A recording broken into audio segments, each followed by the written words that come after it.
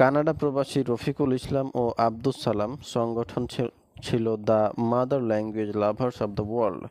স্বীকৃতি পেয়েছে 1999 সালে 17 নভেম্বর 188টি দেশের সমর্থনে ইউনেস্কোর 31তম সম্মেলনে 21 ফেব্রুয়ারি আন্তর্জাতিক মাতৃভাষা দিবস হিসেবে স্বীকৃতি লাভ করে এবং 2000 সালের 21 ফেব্রুয়ারি থেকে দিবসটি জাতিসংঘের সদস্য দেশসমূহের যথার্থ মর্যাদায় পালিত হয়। ডিসেম্বর 2008 জাতিসংঘ 21 ফেব্রুয়ারিকে আন্তর্জাতিক মাতৃভাষা দিবস হিসেবে স্বীকৃতি দেয়।